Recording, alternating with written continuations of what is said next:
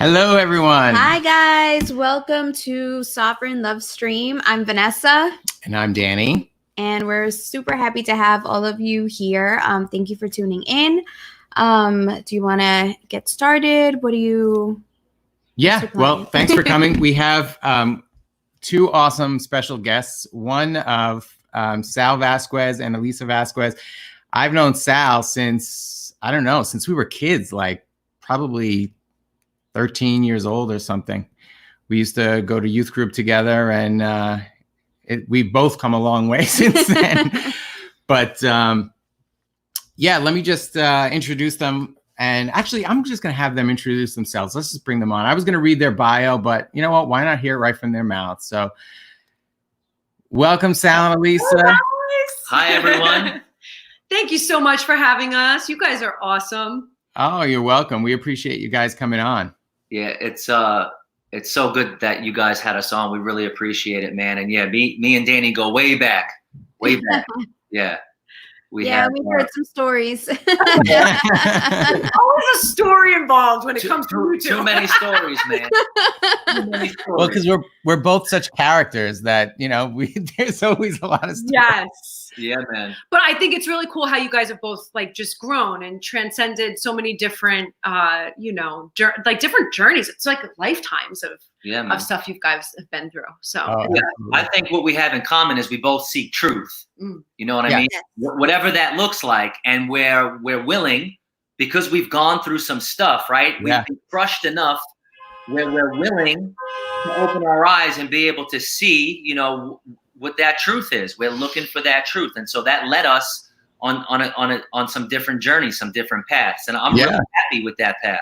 Absolutely. And it's taken us to some dark places, and we've emerged from those places stronger and purified. And that's right. Yeah, I really appreciate that. And I think that's one of the reasons why I really appreciate your work and your work in yourself. And then as a couple, the both of you, we both really appreciate what you guys have been doing.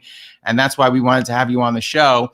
I will say for the audience, Sal and Alissa are working on educational content to teach kids emotional intelligence. And I really want them to introduce it because I'm not going to do it any justice, but it's really powerful stuff.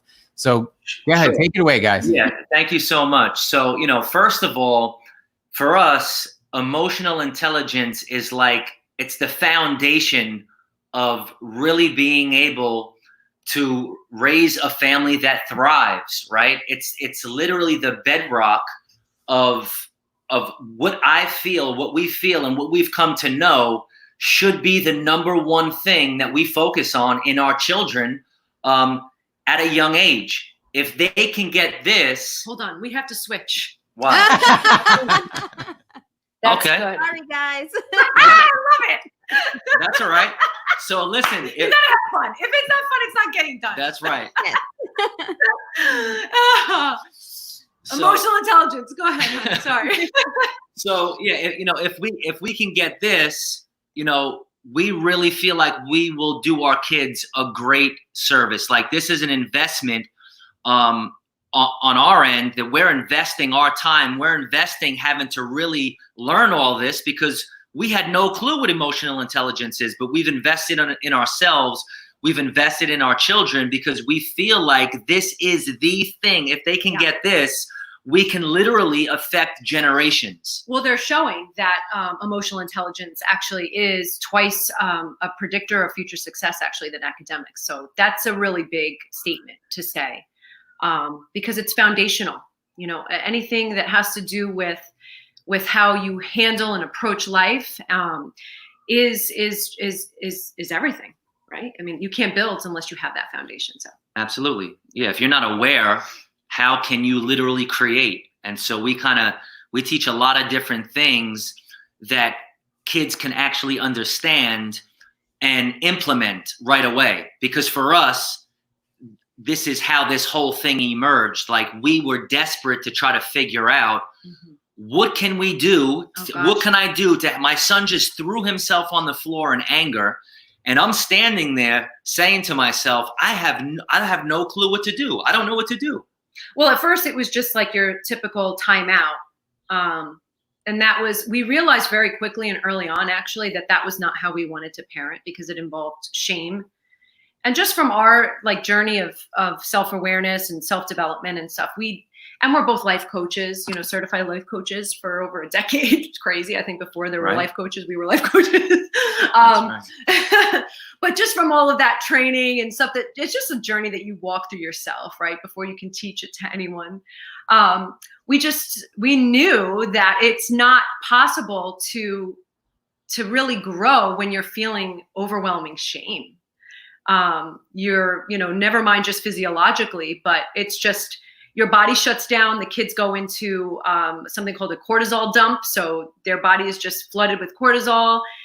There's just not a whole lot of learning happening when you're in that state. Right. And so we knew that this just wasn't going to work. And that's the only tool we really had. That's it. That's all we had. That's all we were taught. Right. I mean, for me, I didn't have any other tools. Right.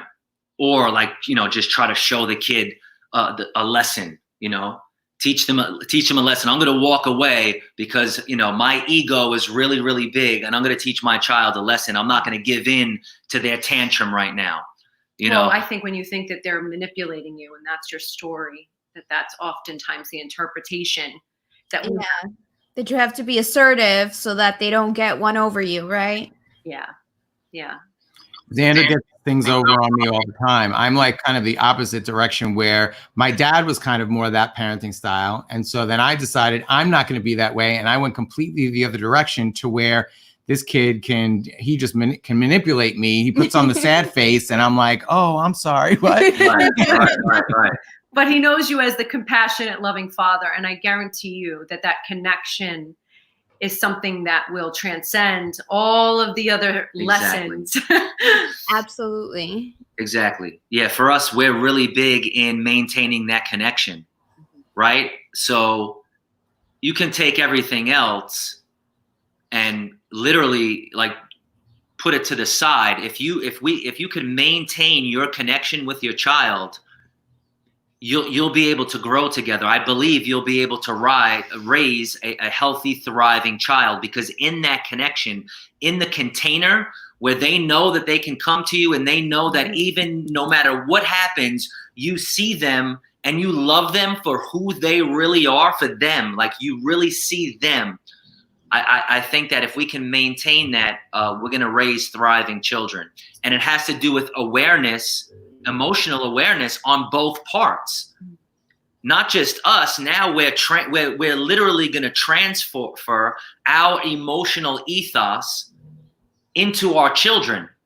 So it's really important that we get it for ourselves, but then what we're teaching them through the vibrations and through the energy that they're picking up in the home is really, it's really important. And so that's the first lesson, but then we communicate that lesson to them. We speak on emotions, and we talk about emotions, and we talk about how they can shift their emotions. And so we're communicating that to them verbally as well. So they're the ethos of the family, and we're trying to communicate that to them verbally as well. So we're trying our best to do that and kind of make just that like a happen. little bit of a backstory. We both homeschool our kids, so this is kind of our normal. And so early on, we learned just how difficult it can be to all be together. I mean, we primarily work from home together, so I'm really fortunate to have a wonderful partner that we can get, we get along. But it took me a really long time. It took me years actually to realize, because the dynamic of having the kids home with you, your husband's with you, your partner's with you, and you're trying to just make everything work. You have to pay the bills. You need to, things have to get done. And there were some days where I would just go to bed crying. I would just feel like when I put the kids down, I would just be crying. And it wasn't until I finally saw that I had control over the emotional environment of my family, that I was not at the effect of it, that I was able to actually cause the environment to be how I wanted it to be. And until I realized and took responsibility for the environment, because a lot of times I would just be like, I was actually in victim mode. I mean, can you imagine that? I was in victim mode And it was my kids that were the perpetrators. And that's how I would end my day. Like these kids I mean, how silly is that? We are the parents and we are in a position to be able to craft and to form and to, we have the freedom to create the environment we want to see. That's right. That is so huge. Just that simple revelation. I think, sorry to interrupt. I think that is a very common emotion. I was a stay-at-home dad with Xander for the first 2.5 years. And I think that's a common thing to feel like you're being victimized by your kids, especially if there's more than one. I only had one. You guys have 3 running around. So we got 3, man. They outnumber you guys. So you gotta watch out. Or they may and the little one is she's the most energetic, man. She yeah. I think that's a common thing that a lot of parents feel, that overwhelming anxiety at the end of the day. Like, my God, I'm so exhausted. I must suck as a parent that I can't handle this. And so I think a lot of times it can be difficult, not only for us to manage their emotions, but to manage our own emotions. Big. And like you said earlier, if you can't manage your own, how are you going to expect to teach your kids to model theirs? Right. So I think we just watched the introduction to your emotional intelligence course, and we felt like this is amazing for us as parents to sit and learn these techniques and just to apply to our own lives. Right. And you know what? It's really just coming from a place where I think the reason why it's so effective with the children is because it's coming from a place of, this is what we are trying to practice ourselves. Like, this is what we're so hard trying to be aware parents, be aware individuals, allow ourselves to feel, have compassion for ourselves. Like we're trying to learn this and get this, that it's easier for us to communicate that to these kids, because this is what we're really trying to, boots on the ground, man. This is either working or it's not working. And we found some things that have definitely worked, because if it can work with our kids, it can work with anyone. I promise you that. I promise you. We have some high energy, very, very self-sufficient, wake up in the morning, make their own eggs, toast, and bacon, and they're 5 and 6 years old. Like, that's kind of the type of kids that we have. And so, but we also butt heads a lot with them as well.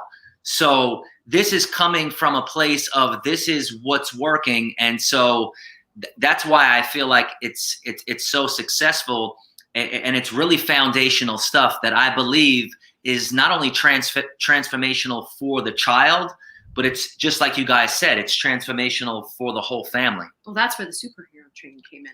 We were like desperate. We were desperate. We were desperate. And you know what? This is what emerged out of that chaos, And so this is, I'll just show you real quick because it would take a lot to really kind of go into it. This is our superhero training kit. And we really developed this out of a very, very messy place, where we tried to figure out, how can we really, really practically help our children navigate their emotions, but not only navigate their emotions, to really be creators of their lives. Because if you could master your emotions, we tell the kids all the time, if you could master your emotions, if you could really learn how to navigate your emotions, you'll literally be able to create your reality. You'll be able to create a beautiful day for yourself. And we go through all of these different exercises, like, how does it feel to be angry right now? Does that really feel good? And we kind of allow the kids to feel it, and they say no. And so, we're constantly trying to teach our children first, and the kids that we teach online, we're trying to teach them how to be okay with feeling how they're feeling, right? Emotions are neutral. There's no good emotion. There's no bad emotions. Emotions are just normal. And we tell the kids emotions are normal. And you can kind of see a sigh of relief kind of come over some of these kids, because when I say, feeling mad is okay, you're allowed to feel mad, or you're allowed to feel frustrated, they feel validated. And we start from there, just letting these kids know that you're allowed to feel how you're going to feel. That's okay, but you don't want to stay in low energy emotions.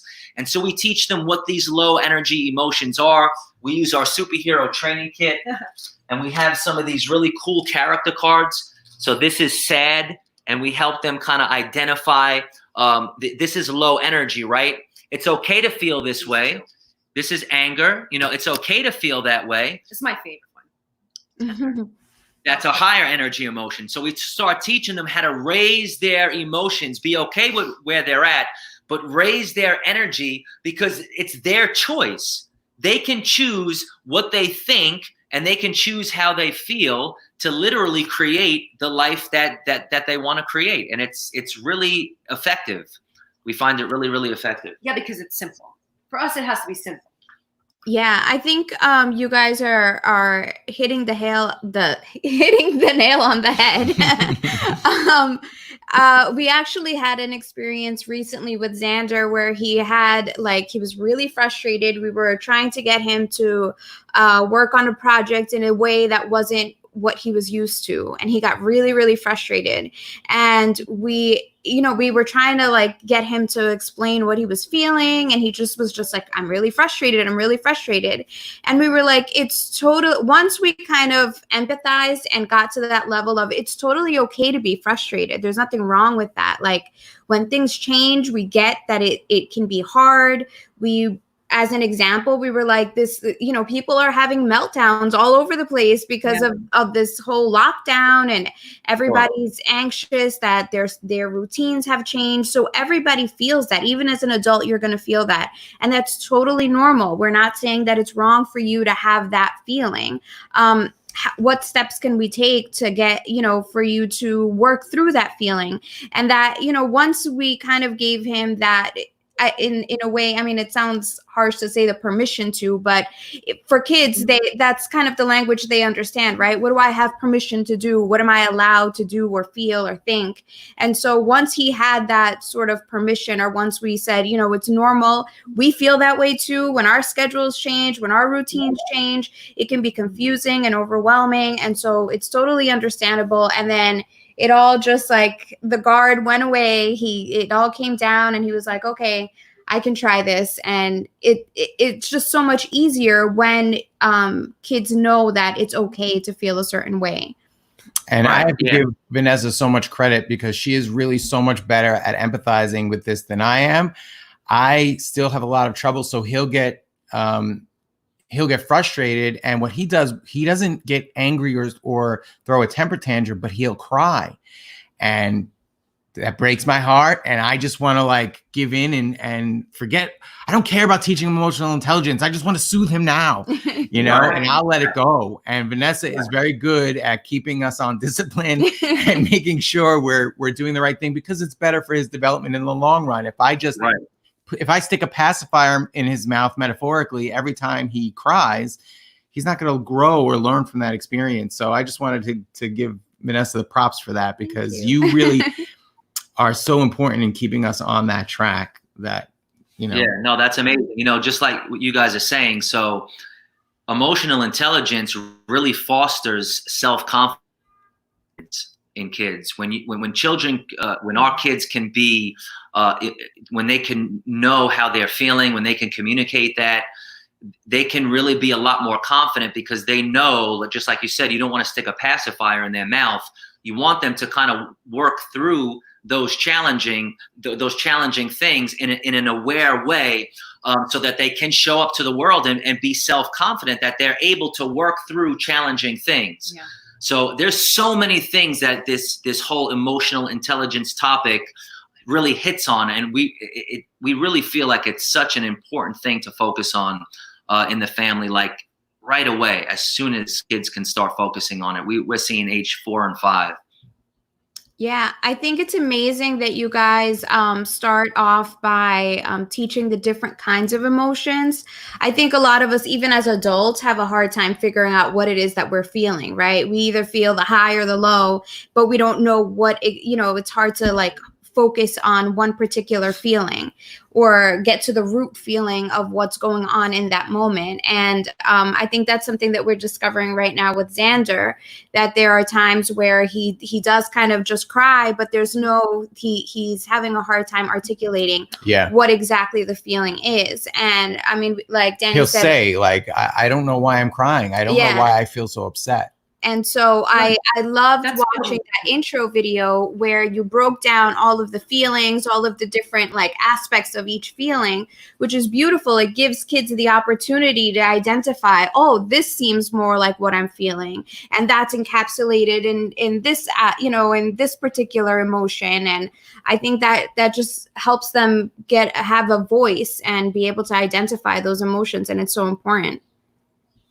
So many adults don't even know how to identify their emotions. It's amazing. And not to like stereotype, because I think men are becoming a lot more emotionally aware, but a lot of men have a hard time just being able to identify very simple feelings, putting words to their feelings. Well, we've been shamed.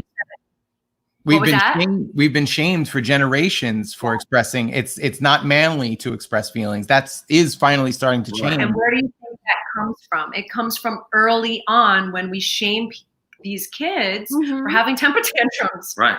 I mean, they're not able to put words to it. I mean, how do you expect a little child, a little toddler to be able to, express themselves eloquently or how they're feeling and never mind regulate their emotions? Right. But then we actually shame them. We put them in a corner, For feeling that way, for feeling ways that are just totally normal. They're having big emotions. And so that's an early programming, it really is. But we've noticed that one of the things that has really helped for kids to identify their emotions, or adults, is just to ask yourself what thoughts, if you're starting to feel a certain way and all of a sudden you have this awareness of the fact that you're feeling a certain way, it's great because then you can name your emotion, but then what? And then how do you actually shift and change? Because that's what's powerful for us, is having the awareness, but then also being able to do something about it. Right. And a lot of times what will help Xander, is if you ask him what his thoughts were right before he was feeling that way. So if you see him crying, like, what were you thinking about, buddy? What had just happened? And just, and then he can connect, the feeling with what just happened, because we like to share emotions are really just thoughts in motion. Because they manifest in your body, but they start as a thought. Yeah. And so if we can get to what that thought was behind what, right before the emotion, a lot of times you can connect them and then you can work from there. You can go there. Yep. I think that was such an invaluable thing. And I took that out of that first class was, we don't really think of it that way. For me, as a very impulsive person, naturally, I don't think of emotions as thoughts. I think of them more as reactions. But you're right. It's I have some kind of preconceived notion and somebody else says something that doesn't fit into that box. And so then I want to react to it emotionally, right? It really does come from a thought. It comes from a perspective, a point of view. And as we become more conscious of what those perspectives are, we can start to dissect them and say, wait a minute, do I really need to react this way? Are they attacking me, or are they just simply sharing their perspective? Right. So that's a lesson that I've been learning over the last couple of years. But yeah, I mean, it's huge to be able to put that into a framework that kids can understand. And that way they can avoid having these same challenges that it took us decades to learn. I'm 43 years old learning how to be emotionally intelligent. If I would have been taught when I was a toddler, how much healthier would have my relationships been over my life? Right. So true. Absolutely. And the thing that gets us so jazzed. Okay, so a lot of this that we've been talking about is kind of like managing the downside, making things a little bit more comfortable. For us, actually, what we're hugely passionate about is being able to change the world through these kids actually grabbing a hold of the vision that they are creators. Boom. So that for us lights us up, because if a child can realize that they are the creators of their reality based on what they choose to focus on, and what emotions that because they're realizing that their emotions are something that they're choosing based on their thoughts. And so they can choose higher power higher power thoughts, higher power emotions. They can actually, this comes with shifting strategies to teach little kids how to shift their emotions. And so this becomes something that's a practice and a way of life. And then they realize that they can manifest the life that they want. And that's so really that's really, it's really powerful when a young child can understand that and get that early on. See, for us, a lot of the emotion stuff that's out there, it really just stopped at helping kids name their emotions. For us, it didn't really go deeper into really trying to teach our children, just like Alissa said, that they are the creators of their life, of their reality. They can literally choose their thoughts. They can choose how they want to feel. And that's their greatest superpower. Their greatest superpower is their ability to choose how they want to feel, even though they might be feeling sad right now. You're so cute. Even though they might be feeling mad right now. You're so good with the kids. I want to say something. He's so cute. You guys got to get his programs. I'm telling you, he's like, I listen to him. I love it, bro. I love it, man. I'm like, I learned from him when he's like, but our kids, they hold us in check. Those kids. So like, let's just say last year it was really rough for me because Sal was sick and I was like, everything kind of landed on me and all my grime and gook was coming out to the surface, right? And it was just like one of those times. But anyway, I would say certain things and my kids would be like, Mom, what are you saying? You're the creator of your life. Don't create that in our family. Yes. That's beautiful. Right. Something like that. I'm like, that's right. But like man. Alissa was pressed. Talk about being pressed. I don't know if you guys know. I was literally sick in bed for 1 year. I couldn't get out of bed. Wow. This past summer. And I was dealing with a lot of my internal stuff. And I think like I needed that piece in order for me to even be doing what I'm doing right now. I had to get this lesson. And it took me about a year to get. And that lesson was really self-love, self-compassion.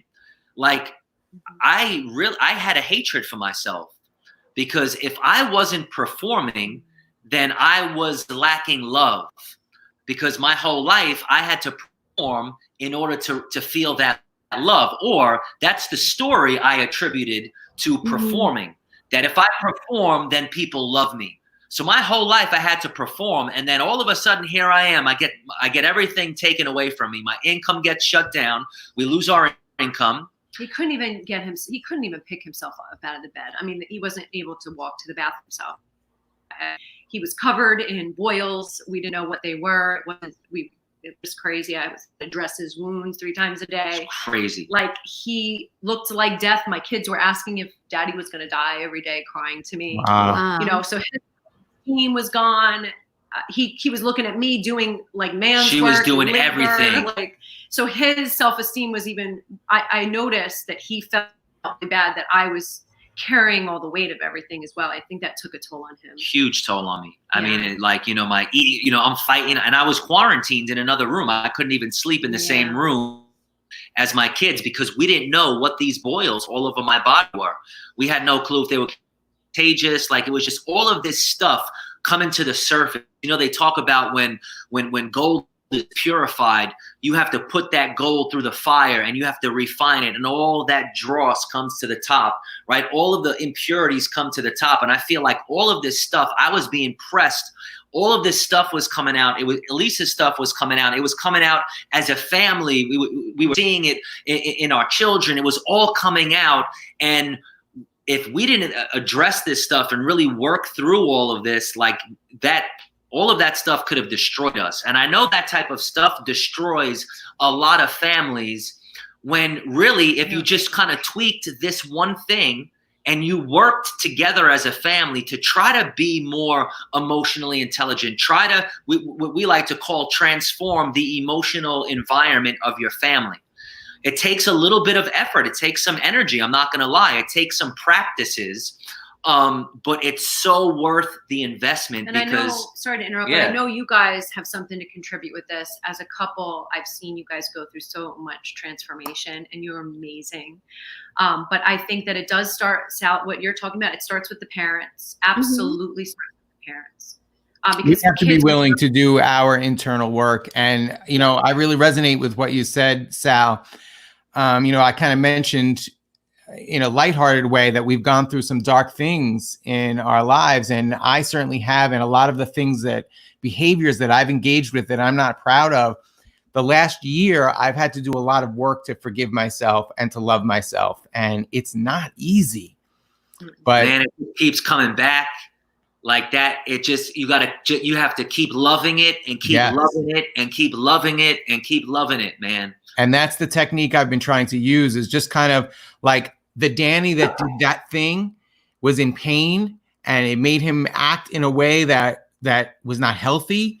But I can empathize with myself, with my past self, right? And I could say, you know, I love you and I empathize and I understand the pain that you were in. And I'm sorry that you had to go through that. And I'm sorry that you reacted in that unhealthy way, but it's okay. I forgive you, and we can move past that now. That's right.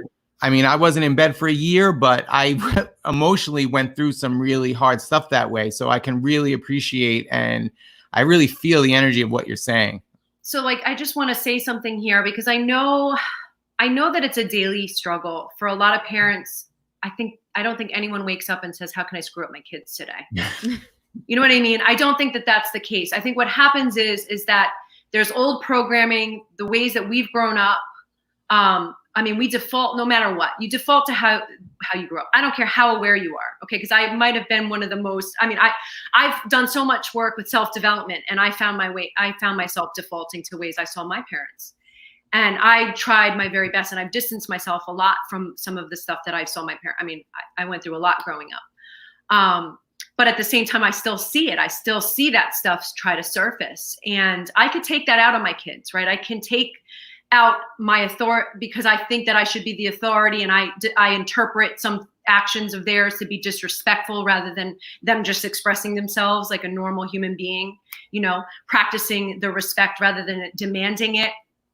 All of these different things, instead of me taking it out and blaming them, I think it's really important as parents that we do our own work, and we realize that we're the ones responsible for the entire environment. Okay. Our kids are not responsible for that. They're not responsible even for how they're necessarily, reacting. They're reacting to us. We're the ones who are supposed to be there as teachers and guides. And we do that not by what we say, but by what we do, because they're going to do what we do and not what we say. And so I think that's huge, to take responsibility for the emotional environment of your family. Take responsibility for how things are showing up on a daily basis. Instead of taking how you're feeling every day at the end of the day as a feeling of guilt, utilize that emotion to realize it's a wake-up call, and it's a mirror to show you that there's some areas that you do want to shift in. There's some areas that you want to move into more wholeness by forgiveness and different things like that you guys were talking about. There's some tools available, right. But don't keep going with that emotion, but rather look at it as an opportunity to grow. Absolutely. Yep. And we try to lay out just some very, very practical ways for children to do that. And, you know, we feel that tantrums or big emotions, that's really just an invitation for intimacy, right? Those big emotions, our kids are having these big emotions because there's something going on with them in that moment. There's a story going on. And if we don't catch that story now and help them process that now, they're going to keep splitting, right? We have a different conversation. We're trying to integrate. You know what I mean? Like us as adults at 40, 43 years old, whatever, we're trying to integrate with that little boy and that little girl. These kids are at a different place. They don't have to integrate. That's who they are.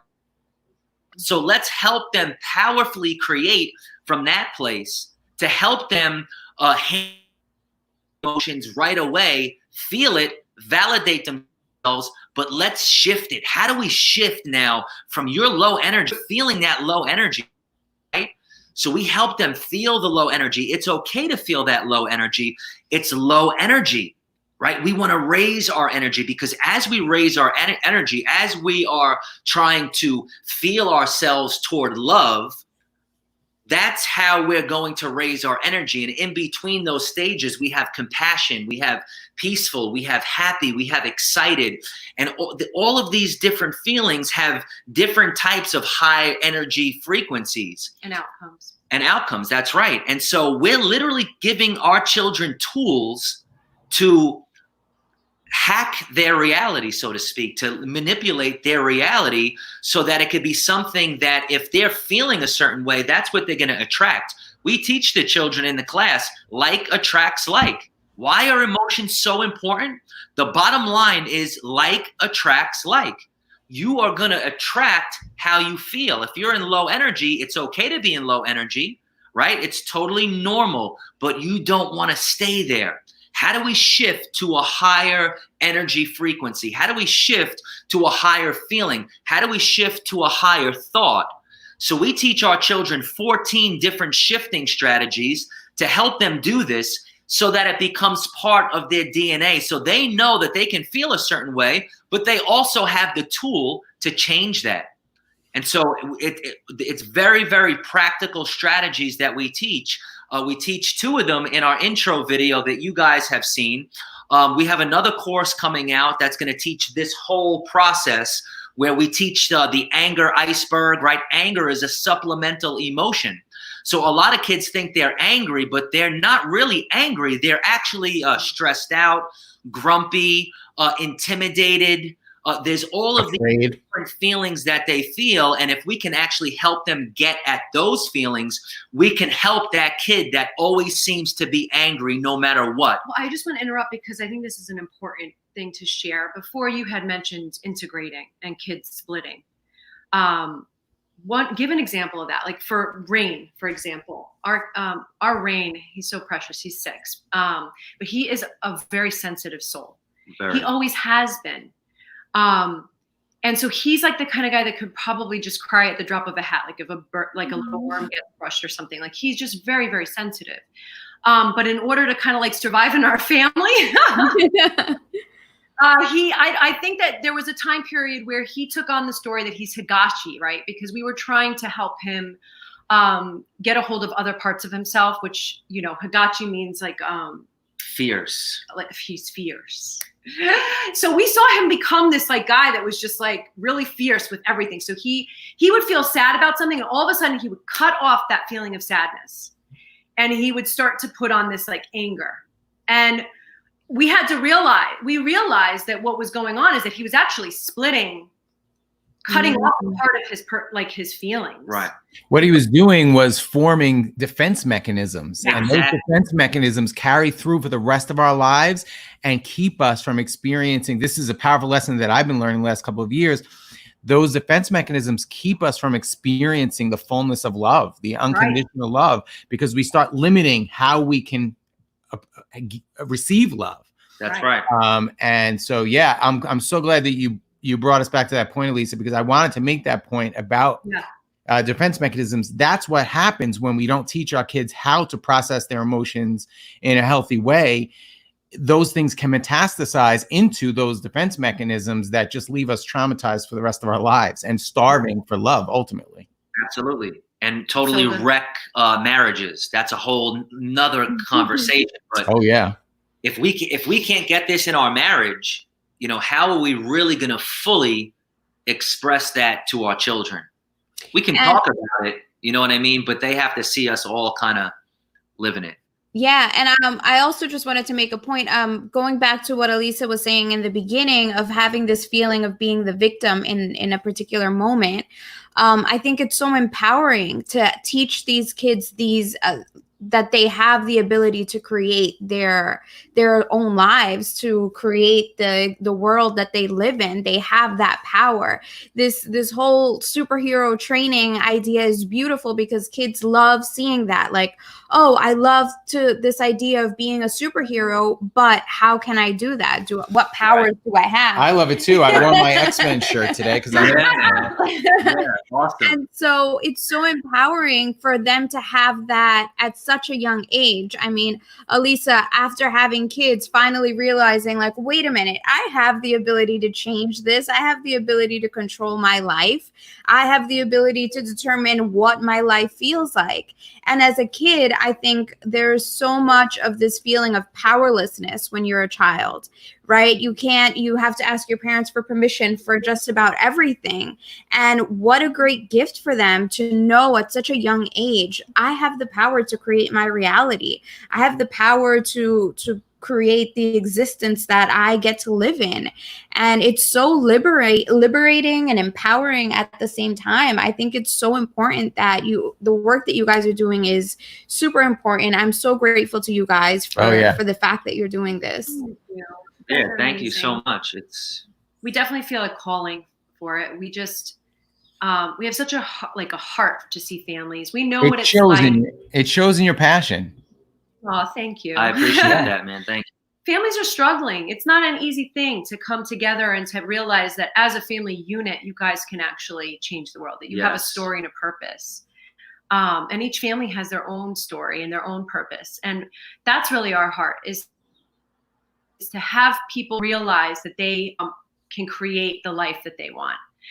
We're all in the image of God. It's beautiful for kids to realize that at an early age. Consumers, this is what's going on. I mean, we're in an age where kids are just sitting there consuming, adults too. We all are, right? We're just consuming. And then it becomes almost impossible to create. But we're made in the image of God, and God is a creator. And so when you give that power, like Vanessa was just saying, when we can hand that power over to them, I think it's extremely, it's a powerful, powerful thing. It's amazing. Give us a little bit of an overview of what actually, what products you have with the Awaken Generation, the classes, the game, and then maybe we could get into sharing a strategy or two of how to shift emotions. Yeah, absolutely. So we have our superhero training kit. And so that's kind of what you see behind us. And this comes with all of these different emotional character cards. So, right, this is where we're trying to help our kids with these cards to name their emotions, to know how they feel, because each one of these cards comes with, so this is angry, for example, but there are supplemental emotions. Sometimes you're not really feeling angry, you're really feeling frustrated. That might be a better way for the child to communicate how they're feeling, because that's really how they're feeling. They're not feeling angry, they're feeling frustrated. And if you could address their frustration, if you could validate their frustration, then their anger will dissipate. So that comes with a little work, from the parent, and we kind of give it's a quick start guide where we kind of help the parents through this process. Just to back up really quick, we've designed this to be really, really simple. The last thing that we wanted to create was something where a parent would have to go through all of these different things in these high intensity emotional moments with their kids, right? So your kid's having a breakdown, or they're just screaming and yelling, or they're fighting with their, sibling or a friend or whatever, or with you. So there's something going on and it's a high intensity situation. You can't stop really and have to go through all of these different processes. So we made this very simple to be used in the moment, in high intensity moments. You want to do is we framed it. It comes as a poster. You can do whatever you want with it, really hang it. But we have the kids become involved in the process of creating a space for themselves that they want to call their superpower space, their high vibe space, their quiet space, whatever it is. We have a little tent that the kids made, and that's kind of where they go to have to kind of regroup. Their fortress of solitude. What was that? Their fortress of solitude. I like Yeah. that. Ooh, I like that. We probably should really use that. Own, but you're also teaching them to create a space like that, right? This it's very purposeful throughout life, right? And so they have this space. Then what they're going to do is they're going to ask themselves, I feel, okay? And they're going to identify where they're currently feeling, and they put this on there, right? So I'm feeling right now kind of sad, you know, things are really like rough right now. I don't know what's going on. I feel sad. This is like some of the rooted emotions that are kind of a lot of the emotions you experience on Earth. This is very heavily Earth side, right? And as you continue to move up toward love, this is really like heaven. Like this is really like some of the stuff that you can experience. And we're designed with the capacity for both Earth and heaven. And so we really want to be able to integrate our full capacity to experience all the different emotions that we were created to experience, and to utilize those to our power and benefit, and to the benefit of others. So then here you would say how you're currently feeling, and then why do I feel this way? So we're trying to identify the thought that led there. And then you want to ask, how do I want to feel? So you ask the child, how do they want to feel? You go through this with them initially at first, but it's really designed so that they can do this on their own after a while. So you kind of say, maybe it's time for you to go in your quiet space or your fortress of solitude or whatever. And, you know, you just have a good time with it. It's something that's a positive thing, not a negative thing. And you go, and then maybe I'd rather feel just some peaceful right now. Like I just need some peace in my life, right? And so you have them identify how they want to feel. And then that's where we have the shifting strategies. And they have these little cards. Do we have them with us? The shifting strategies? Yeah, they're right there. Okay, I got it. So this is important, right? Because you want to give them the ability to have some practical tools that can help them move into higher feelings. So do you want to go through some of these? Yeah. So we have 14 different shifting strategies. I think the ones that would probably be most important to teach, to know, the first one is definitely gratitude. I teach all of my students gratitude, and if we can be in gratitude as a family, that I know people, they know about it, right? But if you can really live it and really practice it every single day, as an individual and as a family, you will see the emotional environment of your family transform. I know it's true for our family. If you can focus on the things that you're grateful for, if you can write down the things that you're grateful for. So, you know, we challenge our students to keep a gratitude journal and every single day write down 3 things that they're grateful for and focus on the things that they're grateful for. So we start every single class with just kind of going around and talking about all of the things that we're grateful for, because we want our kids to just live in gratitude. Constantly saying thank you, you know, thank you for the food on our table. Thank you that we have a roof over our head. Thank you, Mom, for the meal that you just made. You know, thank you, thank you, thank you. We want our kids to be in gratitude. So if we can help our children really focus on the things that they're grateful for. Well, it trains the mind too. It's a training ground to try to train your mind to focus on what's good, because in any given moment, there's always 2 things happening. And honestly, sometimes I don't even know if there is such thing as good and bad, right? I think that's a judgment. However, this is kind of where kids are understanding, and it's their stage of development. And so there's 2 things happening simultaneously, something that can be judged as bad or something that can be judged as good. But we want to train the mind to focus on those things that are good.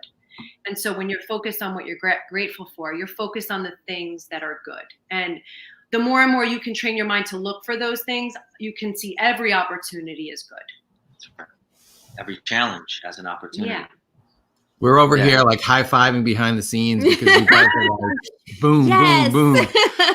Yeah, man. This one I really like too. Ooh, where is it? It's send forgiveness.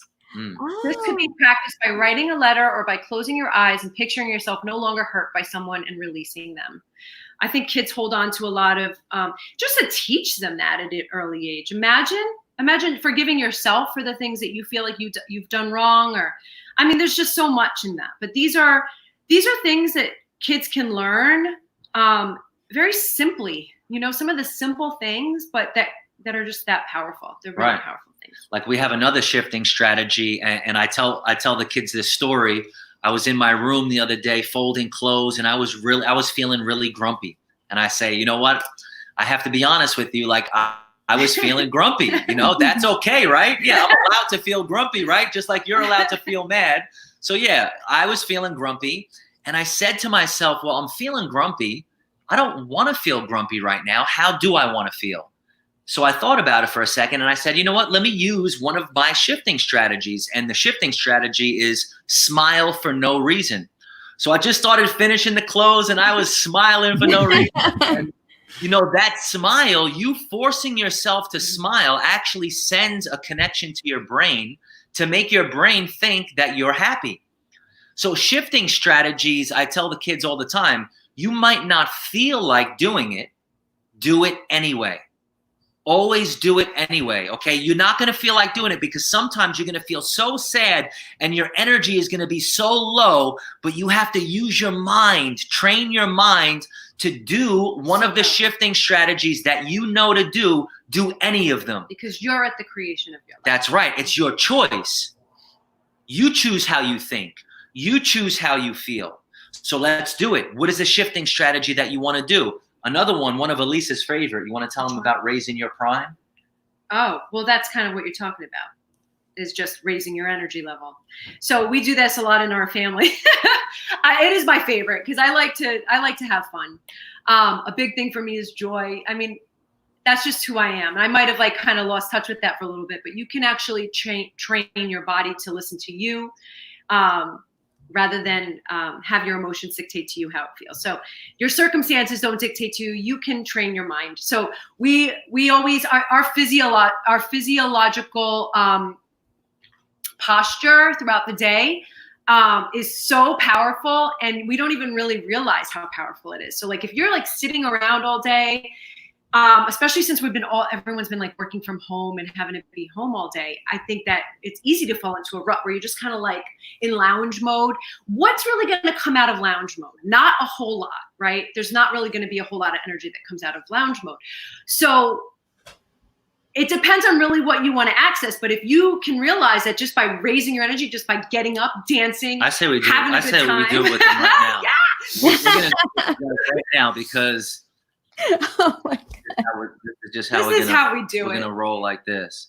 But you know, That's the old school wave shoot. and just infuse yourself with some energy. All right. Imagine like, Can you hear what's this? gonna happen from there? Can you hear it? You hear it? Did I even wear pants? I don't know if I wore pants. I don't know.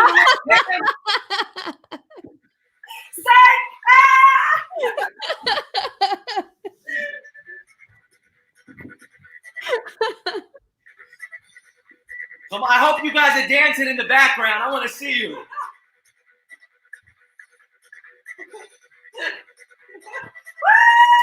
Yeah, man.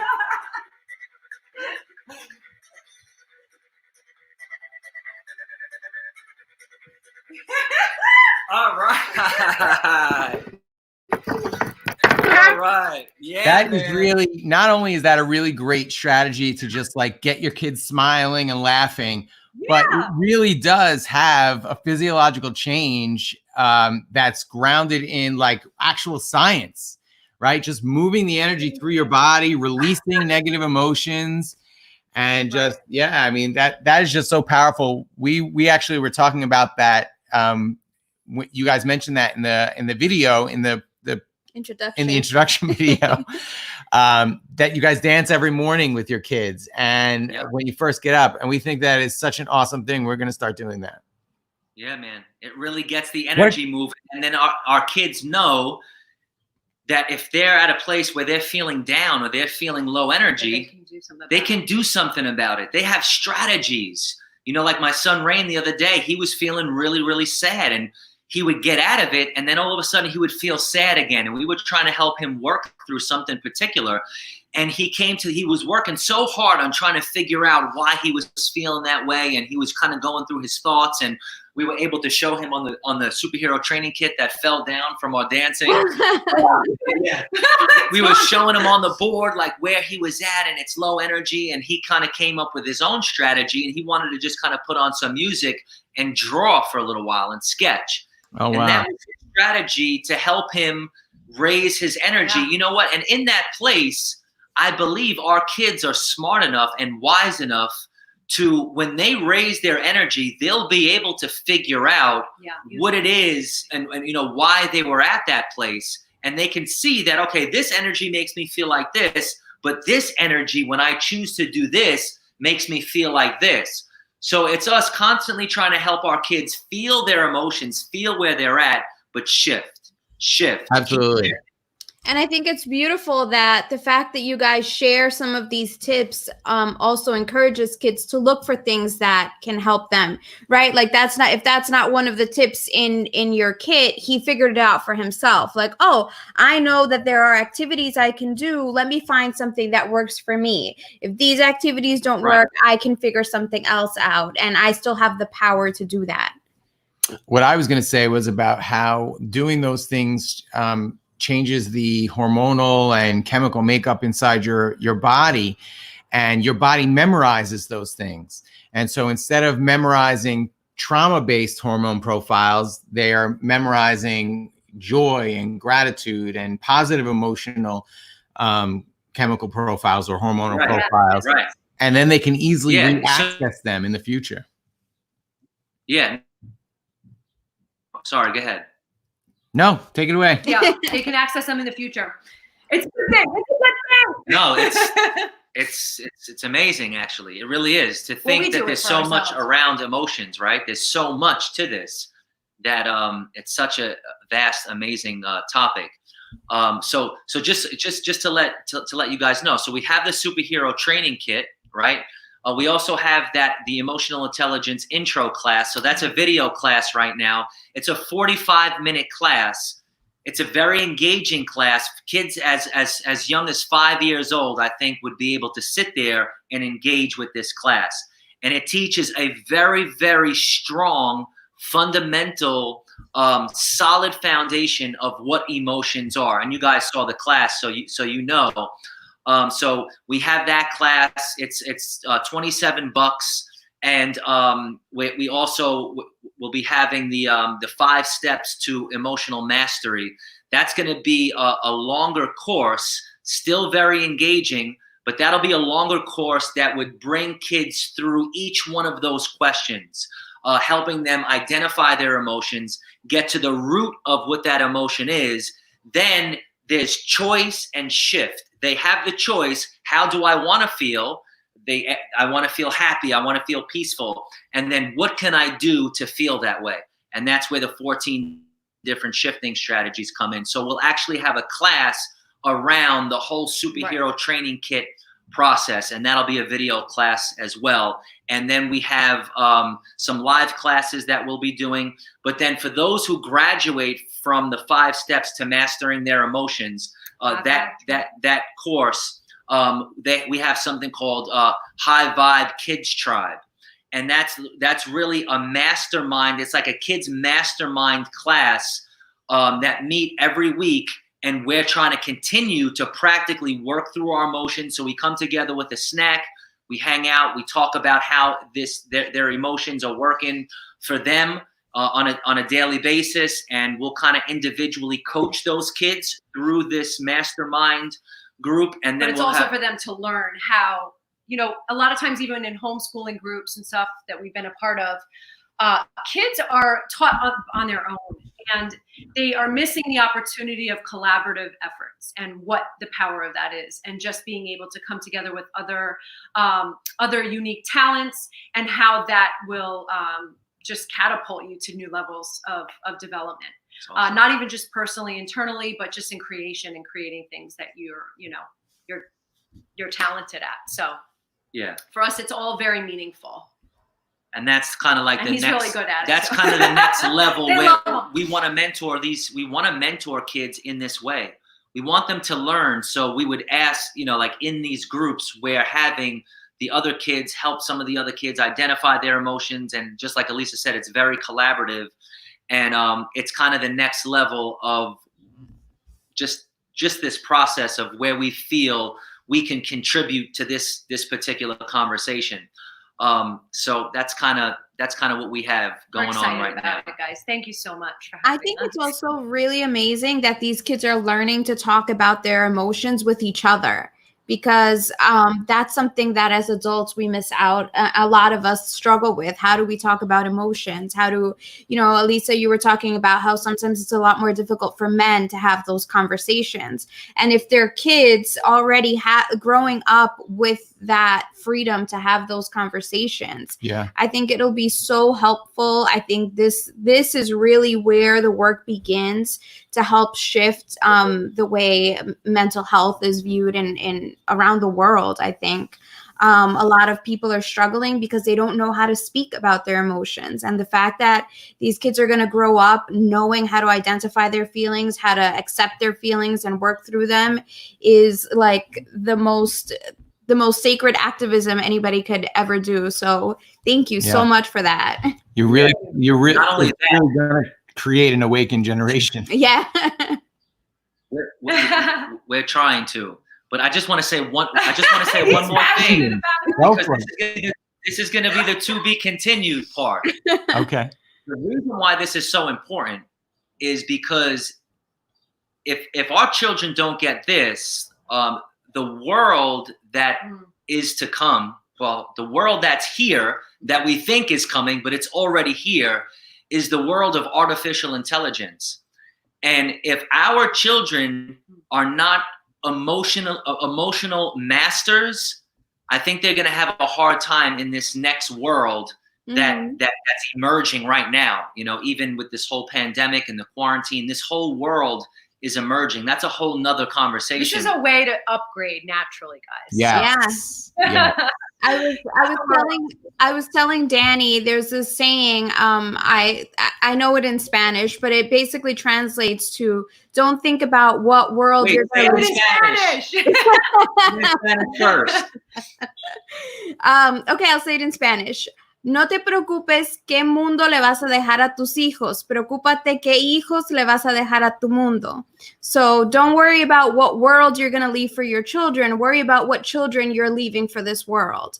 So, and I think that's exactly what you guys are doing. You guys are on point with that. And it's amazing. I thank you so much for all of it. And I'm so happy that you guys came on and shared the story and some of those tips. And we can't wait to join the class with Xander.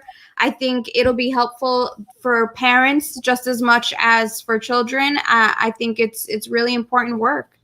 Absolutely. The most important work. Aside from improving ourselves, improving our families is the next most important task we have. Right? Families have the ability to transform the world. That's just the bottom line.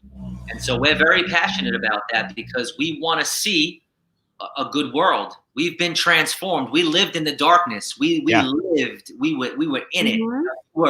We were revivalists of that. I know I was.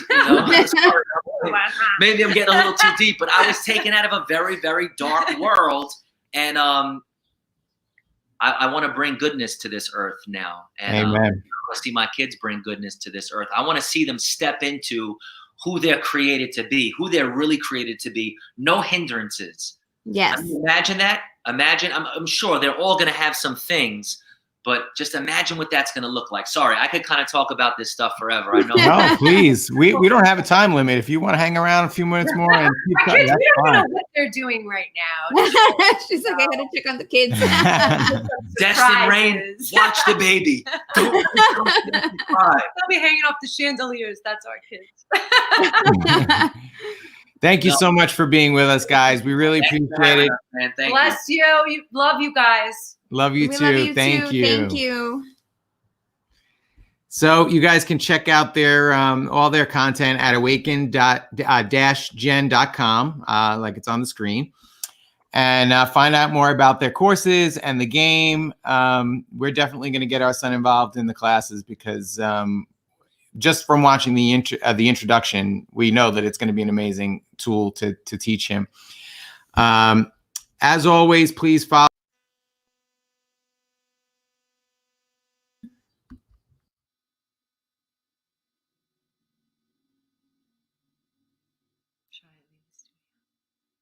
Had to stream. Sorry for the technical difficulties.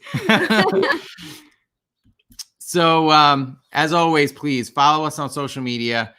We're on all the big platforms, but as you know, and I say this every week, the big social media companies like Facebook and YouTube are really hardcore censoring content right now, especially content that's related to holistic medicine or, some of the alternative and spiritual stuff that we discuss.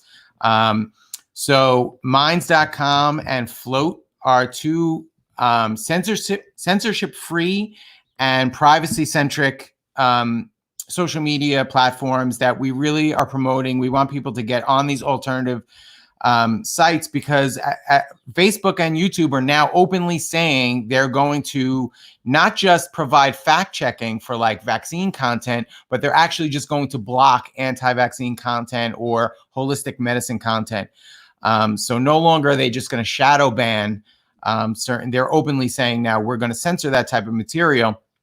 So if you get on Minds.com or Float, these are two platforms that are committed to providing censorship-free social media and as well as privacy. They don't sell your information or share it with big governments or big companies like the way Facebook. It's come out over the last couple of years that they do. Sorry if it seems like I rant about this a lot, but I think it's really important that we have backups, right? Everybody's on Facebook, I know. But if we slowly start to get it over to Minds, when Facebook really puts down the censorship clamp, we'll have our networks already set up over there. So please follow us on those networks and subscribe to our channels so you get information about our new episodes. Next week, we have an exciting episode. We're going to have Dr. Rachel Yehuda, who she is right now starting a clinical trial using MDMA to treat PTSD. So here's another medicine that the federal government says has no medical value, but in actuality is being used to treat mental illness and PTSD and a lot of other illnesses. So that's going to be a really informative and exciting show. She's going to talk about the science behind it. And, we are very into psychedelics and their potential for therapeutic uses. So if you're interested in that topic, next week is going to be a really powerful show as well. So thanks to everybody for joining us. We really appreciate it and enjoy the rest of your weekend. Bye. Bye.